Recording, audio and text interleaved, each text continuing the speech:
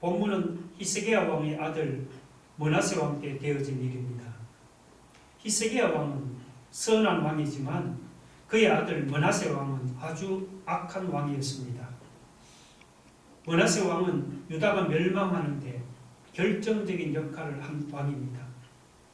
그는 외국에 갔다가 이방 제단의 모형을 그려와서 성전에 이방 제단을 만들어 놓고 유다 백성으로 하여금 이방 신을 숭배하도록 만들었습니다.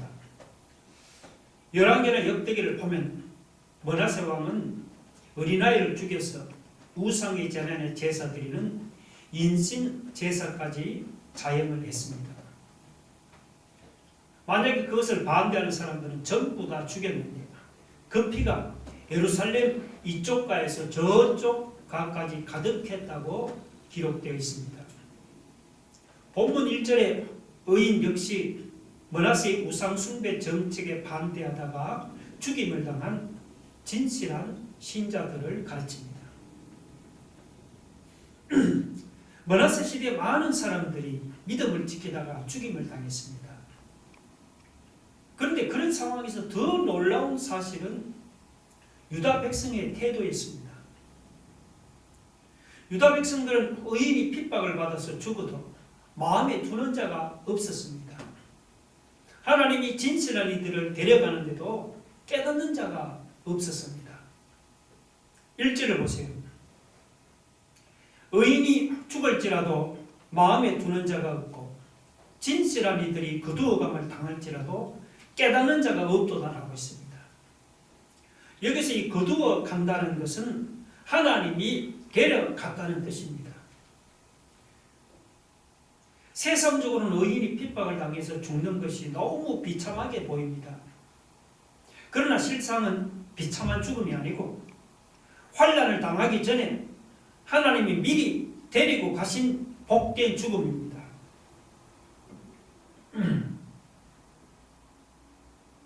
1절 하반절에 보면 의인들은 악한 자들 앞에서 불리어 가도다 그렇게 말씀했습니다. 의인들은 악한 자들이 이 세상에서 환난을 당하기 전에 하나님 앞으로 미리 불리어 갔다는 그런 말입니다. 2절 보면 그들은 평안에 들어가나니 바른 길로 가는 자들은 그들의 침상에서 편히 쉬리라고 했습니다. 의인은 죽어서 평안히 천국에 들어가서 하나님의 품 안에서 안식을 누리고 있다는 그런 말입니다. 세상적으로 볼 때는 의인의 죽음이 비참한 죽음이지만 하나님이 보실 때는 비참한 죽음이 아닙니다. 하나님 보실 때는 하나님의 품 안에서 편하게 안식하는 복된 죽음이 바로 의인의 죽음입니다. 반면에 의인을 핍박하고 죽인 이 세상은 어떻습니까? 의인을 핍박하고 죽인 이 세상에는 무서운 재앙이 임하고 끔찍한 환난이 임합니다. 의인이 죽은 후에는 세상에 왜 무서운 재앙이 임하고 끔찍한 환난이 임합니까? 그 이유는 의인이 죽은 후에는 이 세상에 악한 시대가 임하기 때문입니다. 역사를 보면 므낫세 시대의 의로운 자들과 진실한 자들이 죽은 후에 악한 시대가 임했습니다. 오늘 본문 3절로 10절도 므낫세 시대에 우상 숭배하는 유대인들의 죄악상을 잘 보여주고 있습니다. 3절을 보면 이사야는 므낫세 시대의 악한 유다 백성을 가르쳐서 무당의 자식이라 가늠자와 음녀의 자식들이라고 책망을 했습니다. 5절 보면 그들은 상수리 나무와 푸른 나무 아래에서 우상 숭배를 하면서 자식을 잡아다 제물로 바쳤습니다. 그것도 모자라서 산당에 침상을 갖다 놓고 우상 숭배의 음행을 저지르고 문과 문설주마다 우상의 부적을 두고 그것을 하나님이라고 섬겼습니다. 여러분, 시대가 이렇게 악하고 타락했는데 어찌 하나님의 심판이 임하지를 않겠습니까? 그들이 죽인 의인은 하나님의 품 안에서 편안하게 쉬고 있지만 의인을 죽이고 우상숭배를 일삼던 악한 유다 백성은 하나님의 심판을 당해서 망하고 말았습니다. 유다가 바벨론의 침략을 당해서 비참하게 망한 것에서 우리는 그 사실을 분명히 확인할 수가 있습니다. 여러분, 의인이 먼저 죽었다고 비참한 것이 아닙니다. 하나님은 의인이 재앙이나 환난을 당하지 않도록 하려고 환난 전에 의인을 먼저 데려가신 것뿐입니다. 진짜 비참한 것은 의인을 죽인 죄값으로 하나님의 진노의 심판을 당한 악인들이 진짜 비참한 것입니다. 여러분, 어떻게 사는 것이 진정으로 복 있는 삶입니까? 므낫세처럼 세상에서 우상 숭배를 하면서 악하게 사는 것이 그것이 복 있는 삶입니까? 아니면 세상에서 비록 핍박당하고 어려움을 당해도 하나님 앞에서 믿음을 지키면서 살아가는 것이 복 있는 삶입니까? 비록 핍박당하고 어려움을 당할지라도 하나님 앞에서 믿음을 지키면서 사는 것이 복 있는 삶입니다. 므낫세처럼 세상에서 우상 숭배하면서 악하게 사는 사람들은 살아서도 하나님의 진노를 당하고 죽었어도 영원토록 하나님의 진노를 당합니다. 반면에 하나님 앞에서 믿음을 지키면서 의롭게 살아가는 사람은 비록 세상에서는 핍박을 당하고 어려움을 당하지만 장차 하나님의 품에 안겨서 영원한 안식과 영원한 평안을 누립니다. 할렐루야.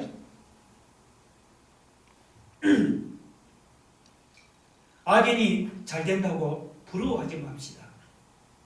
악인이 잠시 잘 되지만 그들 앞에는 영원한 하나님의 심판이 놓여 있습니다. 세상적으로는 의인의 죽음이 비참하지만 하나님이 보실 때는 복된 죽음이 바로 의인의 죽음입니다. 하나님이 우리 앞에 준비해 놓으신 영원한 안식과 평안과 축복을 바라보면서 세상에서 당한 어려움을 믿음으로 잘 이겨나갈 수 있기를 주님의 이름으로 축원합니다.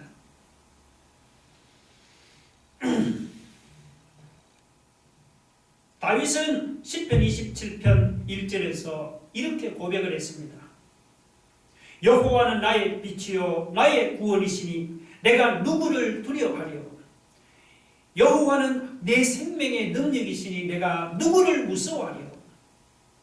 내가 누구를 두려워하리요. 내가 누구를 무서워하리요. 이것은 오직 하나님만 두려워하고 하나님만 무서워하겠다는 다윗의 신앙 고백이었습니다. 그런데 오늘 본문을 보시면 유다 백성은 하나님만 두려워한 것이 아닙니다. 11절을 보세요. 내가 누구를 두려워하며 누구로 말미암아 놀랍기에 거짓을 말하며 나를 생각하지 아니하며 이를 마음에 두지 아니하느냐. 하나님이 유다 백성을 책망하는 말씀입니다. 하나님이 유다 백성에게 네가 도대체 누구를 두려워하며 누구로 말미암아 놀랍게 하나님에게 거짓말을 하며 하나님을 생각지도 않고 하나님을 마음에 두지도 않고 우상에게로 달려갔느냐고 그렇게 책망했습니다. 유다 백성들이 말로는 하나님을 두려워한다고 했지만 아수르의 침략을 당하자 그만 우상에게로 달려갔습니다. 그 이유가 무엇입니까? 11절 하반절에 보시오. 네가 나를 경외하지 아니하면 내가 오랫동안 잠잠했기 때문이 아닌가. 유다 백성이 아수르의 침략을 당하는데도 하나님이 적시 도와주지를 않고 오랫동안 잠잠했습니다. 그러자 유다 백성은 하나님이 자기들을 안 도와주시는 줄로 생각하고는 그만 우상을 찾아가서 도움을 구했습니다.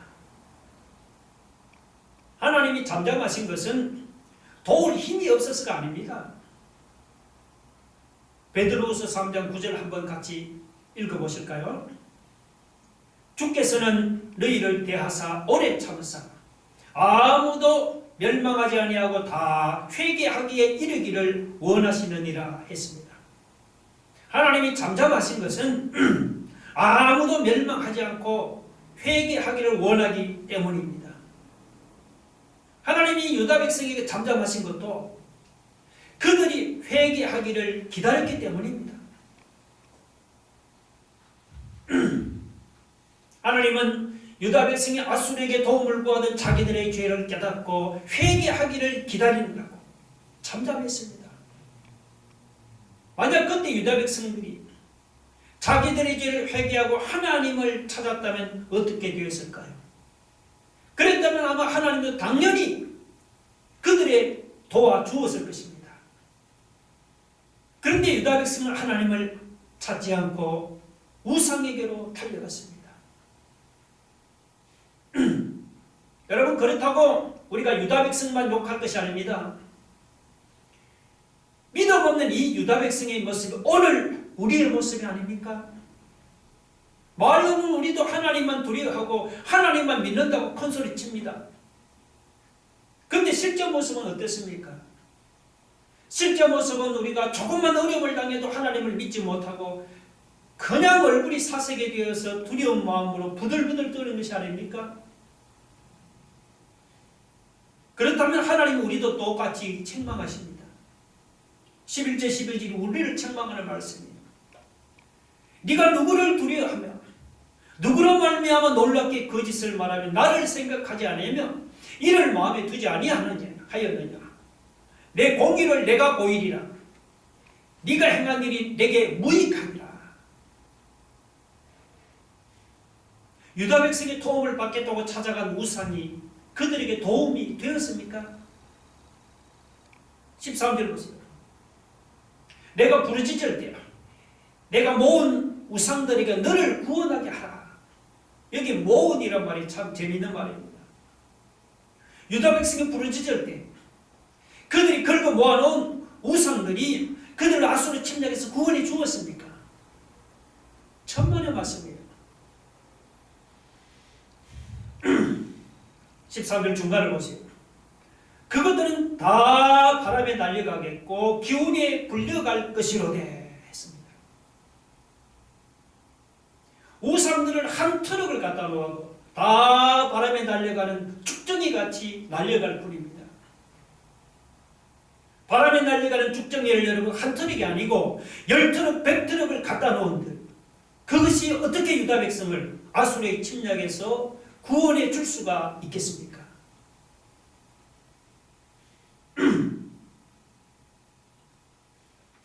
구약시대 때는 돌로 만든 석상이나 나무로 만든 목상이 우상이 있습니다. 그러나 지금은 석상이나 목상만이 우상이 아닙니다. 지금은 하나님보다 믿고 의지하는 것은 무엇이든지 다 우상입니다. 하나님보다 돈을 믿고 의지하면 돈이 우상입니다. 하나님보다 힘 있는 사람, 빽 있는 사람을 믿고 의지하면 힘 있는 사람, 그 빽 있는 사람이 바로 우상입니다. 그러나 힘 있는 사람은 우상처럼 떠받든다고 힘 있는 사람이 나를 돌봐주는 것도 아닙니다. 돈을 우상처럼 떠받든다고 내 호주머니에 돈이 항상 돈이 있는 것도 아닙니다. 정작 내가 어려울 때는 그렇게 우상처럼 떠받들던 사람이나 우상처럼 떠받들던 돈이 바람에 날려가듯이 내 곁에서 다 날려가 버립니다. 내가 그렇게 믿고 의지하는 돈이나 사람이 사실은 내가 진정 어려울 때 나에게 아무런 도움도 주지 못하는 헛된 우상에 불과합니다. 반면에 하나님을 믿고 하나님을 의지하면 어떻게 됩니까? 여러분 14절 끝에 한번 보세요. 나를 의뢰하는 자는 땅을 차지하겠고 나의 거룩한 산을 기업으로 얻으리라고 했습니다. 하나님을 믿고 하나님을 의뢰하면 하나님이 약속한 땅과 산을 기업으로 받아 누립니다. 여러분, 유다 백성처럼 도움을 주지 못하는 헛된 우상을 붙들고 살 것이 아닙니다. 우리에게 실제로 도움을 주시는 하나님을 붙잡고 그 하나님을 믿고 의뢰하며 살아가기를 주님의 이름으로 축원합니다.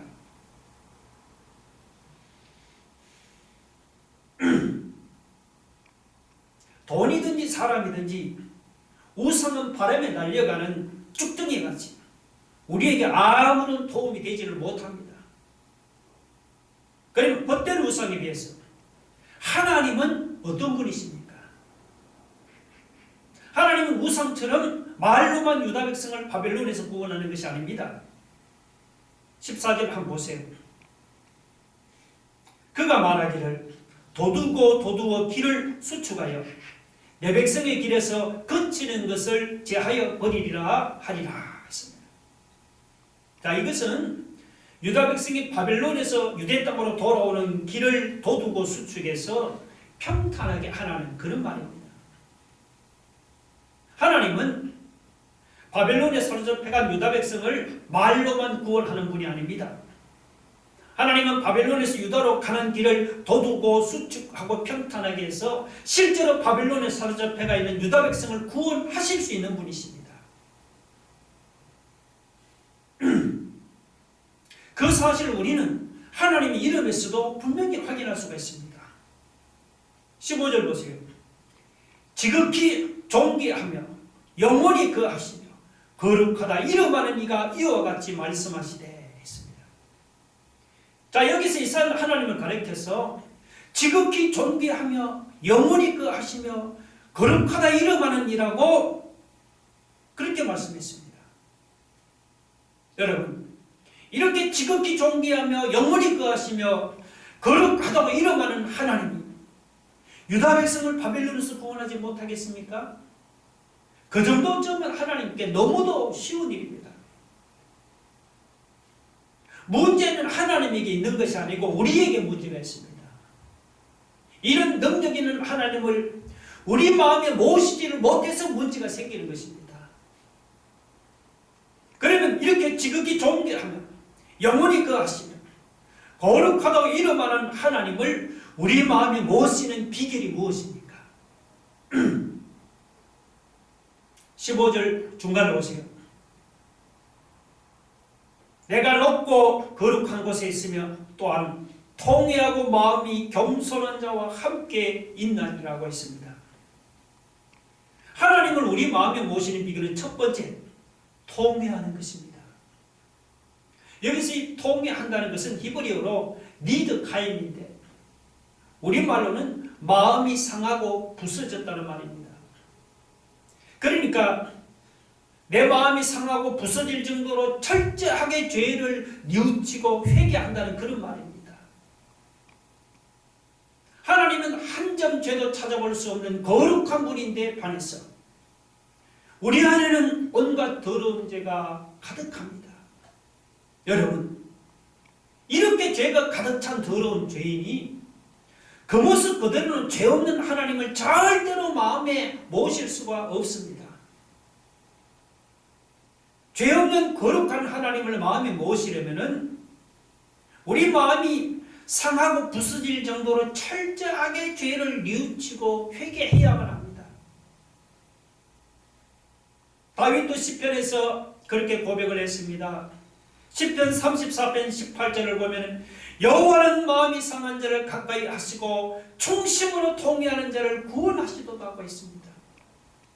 시편 51편 10절에서 하나님께서 구하시는 제사는 상한 심령이라 하나님이여 상하고 통회하는 마음을 주께서 멸시하지 아니하시리이다. 다윗은 상하고 통회하는 마음으로 자기 죄를 회개할 때 하나님이 자기를 가까이 하시고 자기와 함께해서 자기를 구원하는 것을 체험했습니다. 할렐루야. 우리도 하나님을 탓하기 전에 먼저 상하고 통회하는 마음으로 우리의 죄를 회개해야 합니다.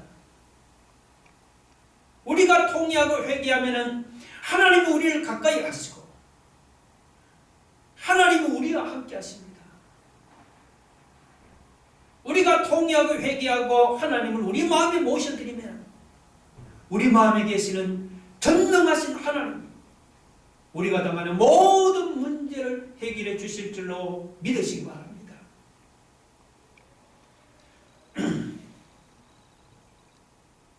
하나님을 우리 마음에 모셔드리는 비결은 둘째로 겸손입니다. 겸손. 베드로전서 5장 5절에도 보면 하나님은 교만한 자를 대적하시되 겸손한 자들에게는 은혜를 주시느니라고 했습니다. 잠언 18장 12절에 보면은 사람의 마음에 교만은 멸망의 선봉이요 겸손은 존귀의 길잡임이라고 했습니다. 잠언 29장 23절에 보면은 사람이 교만하면 낮아지게 되겠고 마음이 겸손하면 영예를 얻으리라고 했습니다. 우리 중에도 마음이 교만한 사람이 있습니까? 마음이 교만한 사람, 먼저 교만하고 높아진 마음을 겸손하게 낮추기를 바랍니다. 하나님은 지극히 높으신 분이지만 겸손하게 마음을 낮추는 사람과 함께 하십니다. 하나님은 죄가 없는 분이시지만 자기가 죄인이라는 것을 겸손하게 인정하고 자기 죄를 통회하는 사람과 함께 하십니다. 우리가 만약 우리 죄를 통회하고 겸손하게 처신하면 하나님이 어떻게 하십니까? 15절 끝에 보세요. 이는 겸손한 자의 영을 소생시키며 통회하는 자의 마음을 소생시키려 함이라고 했습니다. 우리가 우리 죄를 회개하고 겸손하게 처신하면 하나님은 겸손한 자의 영을 소생시킨다. 통회하는 그 사람의 마음을 소생시켜 주십니다. 우리가 만약 우리 죄를 회개하고 겸손하게 처신하면 하나님이 우리와 함께해서 우리가 당하는 모든 어려움과 우리가 당하는 모든 문제를 해결해 주십니다. 믿으시면 아멘 하시기 바랍니다.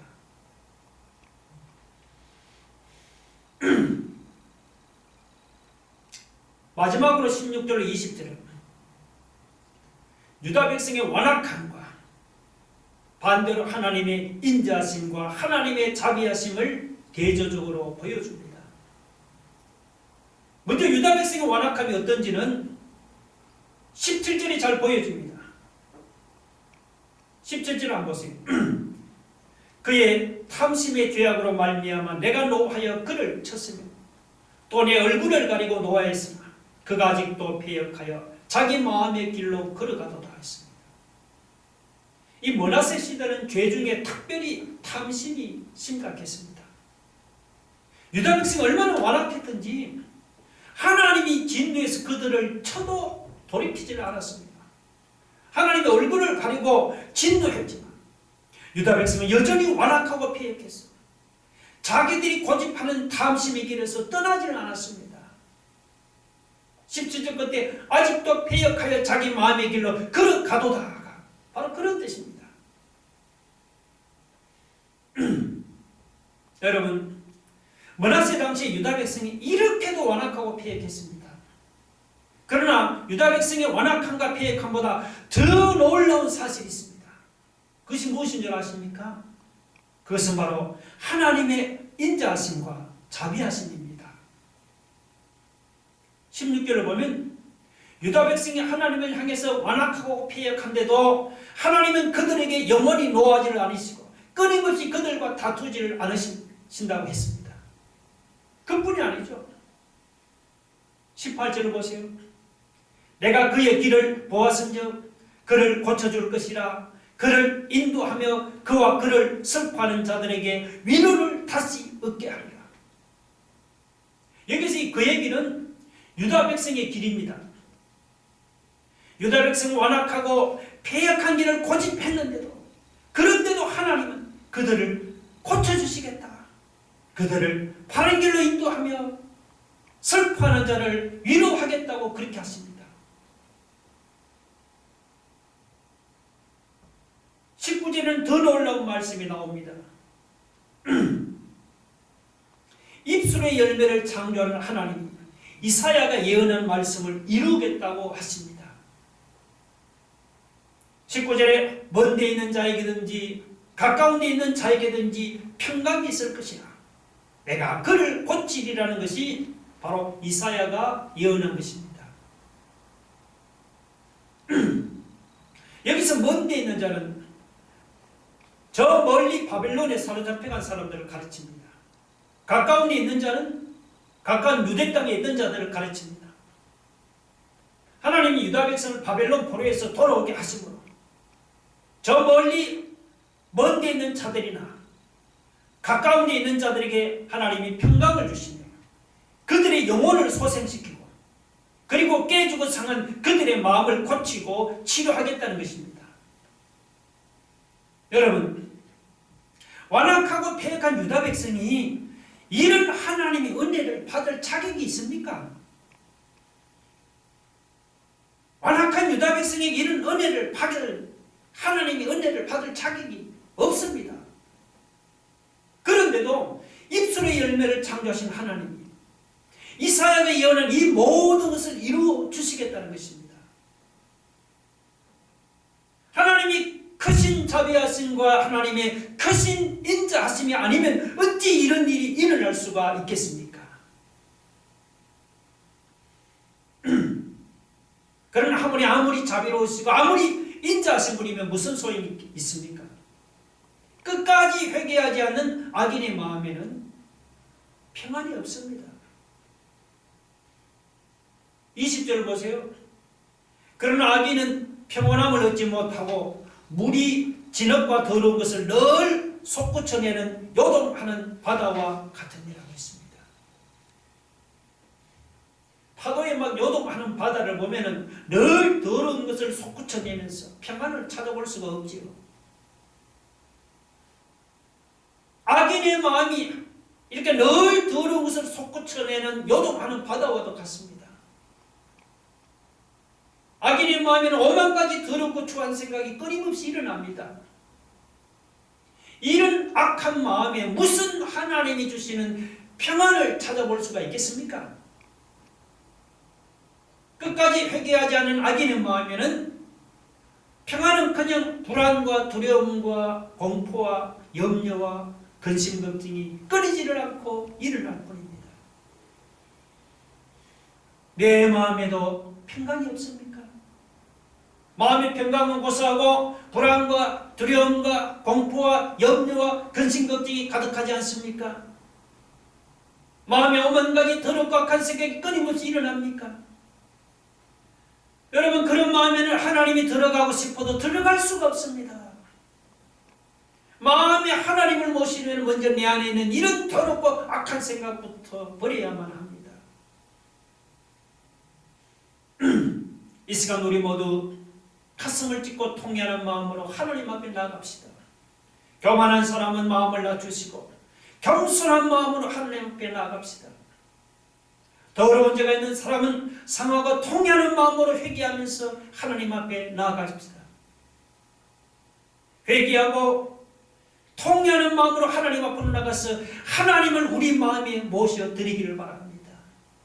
여러분, 하나님을 마음에 모셔드리면은 피곤하고 지친 영혼이 새롭게 소생합니다. 깨어지고 상한 마음이 고침을 받고 치료됩니다. 하나님을 마음에 모셔드리면은 근심, 걱정, 불안과 두려움이 가득한 마음에 하나님 주시는 평안이 가득해집니다. 여러분, 하나님은 우리의 완악함과 우리의 패역함을 치료하고 고치고도 남을 만큼 자비로우신 분이요 인자하신 분이십니다. 믿으시면 아멘 하시기 바랍니다. 다 같이 눈을 감고 가슴에 두 손을 모아보시오. 여러분, 통회하는 마음과 겸손한 마음, 하나님을 마음에 모셔드립시다. 하나님을 마음에 모셔드리면 자비로우시고 인자하신 하나님이 완악하고 패역한 죄인도 고치고 치료하고 소생시켜 주십니다. 우리가 유다 백성처럼 도움을 주지 못하는 헛된 우상을 붙들고 살 것이 아닙니다. 하나님을 붙들고 하나님만 믿고 의리하며 살아갑시다. 사람들은 의인의 죽음을 알아주지 않지만 하나님이 보실 때는 의인의 죽음이 복된 죽음입니다. 여러분, 악인이 잘 된다고 부러워하지 마시고 하나님이 준비해 놓으신 영원한 안식과 평안과 축복을 바라보면서 세상에서 당하는 어려움을 믿음으로 잘 이겨나게 해달라. 이 시간 우리 다 같이 말씀을 생각하면서 통성으로 기도하겠습니다. 하나님 아버지, 동의하는 마음과 겸손한 마음으로 하나님을 마음에 모셔드리기를 원합니다. 하나님 아버지, 하나님을 마음에 모셔드리면 자비로우시고 인자하신 하나님께서 완악하고 폐역한 죄인도 고치고 치료하고 소생시켜 주실 줄을 믿습니다. 하나님, 우리가 유다의 등처럼 도움을 주지 못하는 헛된 우상을 붙들고 살 것이 아닙니다. 하나님을 붙들고 하나님만 믿고 의리하며 살아가기를 원합니다. 하나님 아버지, 사람들은 의인의 죽음을 알아주지 않지만 하나님께서 보실 때는 의인의 죽음이 복된 죽음입니다. 악인들이 잘못하고 부러워하지 말게 하시고 하나님이 우리를 위해 준비해 놓으신 그 영원한 안식과 영원한 평안과 축복을 바라보면서 세상에서 당하는 어려움을 믿음으로 살아가고 승리하는 믿음의 성도들 되게 하여 주옵소서. 예수님 이름으로 기도 올려옵나이다. 아멘. 지금은 우리의 소망이 되신 예수 그리스도의 은혜와 하나님 아버지의 크신 사랑과 성령의 감화감동으로 충만하신 역사가 마음에 하나님을 모시고 그 하나님을 바라보고 믿음으로 살아가기를 소망하는 우리 모든 새하늘교회 성도들 위해 지금부터 영원토록 함께 있을지어다. 아멘.